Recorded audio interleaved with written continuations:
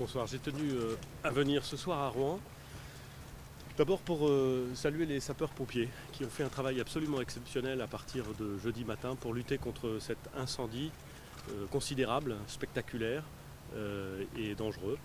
Je veux le dire, les sapeurs-pompiers se sont mobilisés, ont pu bénéficier de renforts qui sont arrivés depuis 6 départements différents et ils ont su maîtriser puis éteindre le feu dans des délais qui sont importants mais sans blesser et avec une maîtrise professionnelle qui leur fait honneur et qui nous fait honneur et que je veux saluer. Je suis venu également à Rouen pour dire que le gouvernement a été mobilisé, l'ensemble des services de l'État a été mobilisé pour déterminer les causes du sinistre, pour dire quelles étaient les conséquences de ce sinistre. Je veux dire que depuis la survenue de ce sinistre, nous avons mis en ligne et communiqué toutes les informations qui étaient en notre connaissance. Dès que des analyses sont réalisées et dès que nous disposons des résultats de ces analyses, elles sont communiquées, enfin, les résultats sont communiqués, les analyses sont communiquées. Nous allons continuer à procéder de la sorte. Un certain nombre d'autres analyses doivent arriver au fur et à mesure qu'elles sont réalisées. Nous ne pouvons pas donner les résultats avant qu'elles soient terminées. Mais dès qu'elles seront réalisées, nous donnerons et nous communiquerons l'ensemble des résultats. Je comprends parfaitement l'inquiétude qui s'exprime. Je connais Rouen, j'y ai beaucoup d'amis, je connais les élus rouennais, je travaille avec les élus rouennais. Je veux d'ailleurs saluer leur sens des responsabilités et l'implication qui est la leur au service de leurs concitoyens. Je peux parfaitement comprendre ces inquiétudes et je veux dire que nous voulons faire sur cet événement, sur ses causes et sur ses conséquences, l'absolue transparence. Plusieurs ministres sont venus à Rouen depuis jeudi, le ministre de l'Intérieur jeudi pour vérifier la mise en œuvre des moyens opérationnels de lutte contre l'incendie. Vendredi, le ministre de l'Éducation, puis la ministre de l'Environnement et de la Santé, pour faire part des premières analyses et des premières consignes. Puis aujourd'hui, le ministre de l'Agriculture, Didier Guillaume, qui est venu indiquer que l'État allait évidemment accompagner les agriculteurs qui subissent le préjudice de la fumée et des suies qui sont retombées sur leur culture et sur leurs champs. C'est vrai pour les agriculteurs de Seine-Maritime, mais c'est également vrai pour les agriculteurs d'autres régions, la Somme, les Hauts-de-France notamment, s'agissant de la région des Hauts-de-France, puisque les suies ont pu être déposées bien au-delà des limites de la métropole rouennaise et même du département de Seine-Maritime.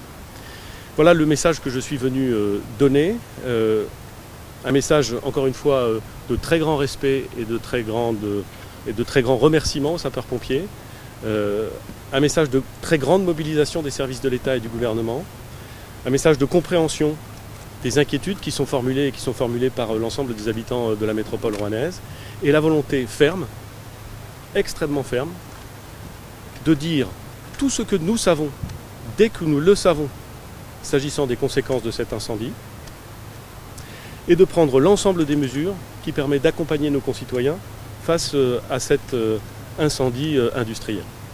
Je vous remercie. Pourquoi vous n'êtes pas venu plus tôt? Vous étiez au Havre ce week-end, pourquoi ne pas venir à Rouen? Parce que le ministre de l'Intérieur est venu jeudi, le ministre de l'Éducation nationale, la ministre de l'Environnement, la ministre de la Santé sont venus vendredi. Je tenais à ce que le ministre de l'Agriculture puisse venir dès aujourd'hui. Je suis ici ce soir, je reviendrai à chaque fois qu'il sera nécessaire.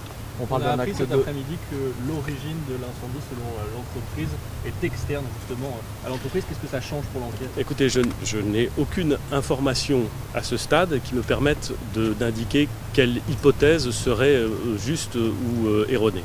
Et je ne vais pas rentrer dans ces considérations, mais encore une fois, que ce soit pour les causes de l'incendie ou pour ses conséquences, tout ce qui sera déterminé, connu, sera rendu public. Qu'est-ce que vous répondez aux parents qui sont inquiets pour la santé de leurs enfants depuis plusieurs jours? Je comprends parfaitement que des parents s'inquiètent compte tenu de l'odeur qui continue à régner au Havre et compte tenu de l'odeur qui continue à régner à Rouen, la proximité des deux villes et le fait qu'elles sont toutes les deux chères à mon cœur me conduit parfois à les confondre. Je suis parfaitement conscient de cette inquiétude et encore une fois, ce que je veux dire, c'est que l'ensemble des analyses qui sont à notre disposition, nous permet de dire que la qualité de l'air à Rouen n'est pas en cause. Que les odeurs que nous sentons, et que nous sentons aujourd'hui au moment où je vous parle, et que l'on sent ailleurs dans la métropole rouennaise et parfois au-delà, sont effectivement très dérangeantes, très pénibles à supporter, qu'elles peuvent entraîner en effet un certain nombre de réactions, mais qu'elles ne sont pas nocives. C'est ce que me disent les scientifiques, c'est ce que me disent les techniciens, et j'ai tendance à écouter ce que me disent les scientifiques et les techniciens lorsqu'il s'agit et de sécurité et de gestion des risques. Il y a des gens qui sont malades ce soir, monsieur. Ils sont pris de vomissements, Eh de bien, diarrhée, de nausées, de maux de tête. Eh bien, là encore, nous allons faire tout ce qui est dans nos capacités pour les accueillir dans de bonnes conditions.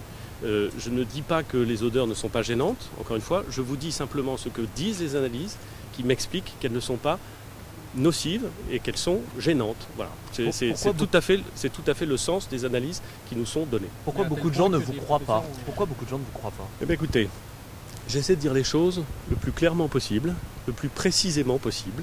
Je ne suis pas le seul à les dire. Les services de l'État, l'ARS, un certain nombre d'experts et d'autorités le disent. Je sais que nous vivons à une époque où la parole publique est souvent mise en cause ou décrédibilisée. Ce n'est pas parce qu'elle est mise en cause ou décrédibilisée que je vais changer de doctrine. En la matière, nous allons faire la transparence totale. Et il n'y a qu'en faisant la transparence totale de l'ensemble des données, de l'ensemble des analyses qui sont à notre disposition, que nous pourrons dire à nos concitoyens ce qui s'est passé et les conséquences qu'emporte ce drame. Est-ce que vous comprenez que des professeurs puissent exercer leur droit de retrait comme ils l'ont fait tout à l'heure dans un collège? Je ne veux pas faire de commentaires sur ce sujet. Si ils considèrent que c'est la bonne mesure à prendre, j'entends leur réaction. Et je peux parfaitement comprendre qu'il soit difficile d'enseigner dans une classe si beaucoup d'élèves, si un certain nombre d'élèves se trouvent gênés par l'odeur qui règne. Donc je peux parfaitement l'entendre et je crois que c'est le bon sens de l'entendre et de le respecter. Merci beaucoup.